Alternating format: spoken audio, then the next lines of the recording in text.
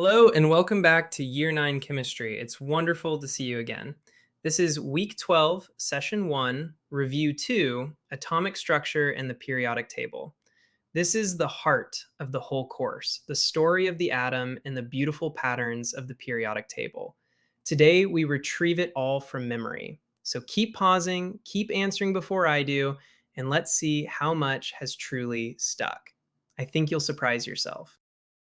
Our revision plan. We'll rebuild the atomic model timeline from memory.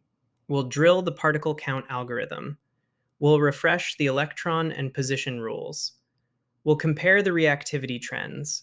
And we'll recheck relative atomic mass. Attempt first, check second. Let's begin. Reconstruct the atomic model timeline before I show it. 5 names, in order. Dalton, then Thomson, then Rutherford, then Bohr, then Chadwick. For each, one feature and one piece of evidence. Dalton, the solid indivisible sphere from reaction measurements. Thomson, electrons in the plum pudding from cathode rays. Rutherford, the nuclear model from alpha scattering. Bohr, electrons in shells. Chadwick, the neutron. Could you have named all 5 in order? That chain is worth memorizing cold. Now the particle count algorithm. For any nuclide, protons equal Z, neutrons equal A minus C, and electrons equal Z for a neutral atom. Let's test it on phosphorus 31, atomic number 15. Protons, 15. Neutrons, 31 minus 15, 16. Electrons, 15.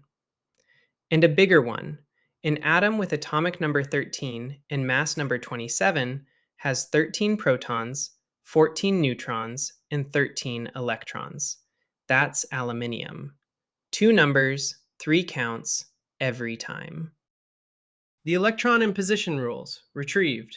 Fill the shells. 2, then 8, then 8, then 2. Count the occupied shells for the period. Count the outer electrons for the group in groups 1 to 7. And a full outer shell means group 0. So a group 2 period 4 element must have 4 shells and 2 outer electrons. 2, 8, 8, 2, which is calcium. Position gives configuration. Configuration gives position. The map works both ways. Now compare the trends, because this is a favorite exam question. Group 1. Going down, losing the outer electron gets easier because distance and shielding increase, so reactivity increases. Group 7. Going down, attracting an incoming electron gets harder, again because of distance and shielding, so reactivity decreases. Same 2 ideas, opposite results, because one loses an electron and the other gains one. In group 0, full shells, very low reactivity, with boiling points rising down the group. Relative atomic mass, one more time. An element is 70% isotope 10 and 30% isotope 11. Multiply and add. 10 times 70 is 700. 11 times 30 is 330. Total 1030. Divide by 100. 10.3. Now check it. It sits between 10 and 11, and it's closer to 10 the more abundant isotope. Reasonable. Multiply, add, divide, then always sanity check the range. Let's practice exam style. How many neutrons in phosphorus 31, atomic number 15? Pause and answer. 31 minus 15, 16. And why do groups 1 and 7 have opposite reactivity trends? Because group 1 loses its outer electron, while group 7 gains an incoming one.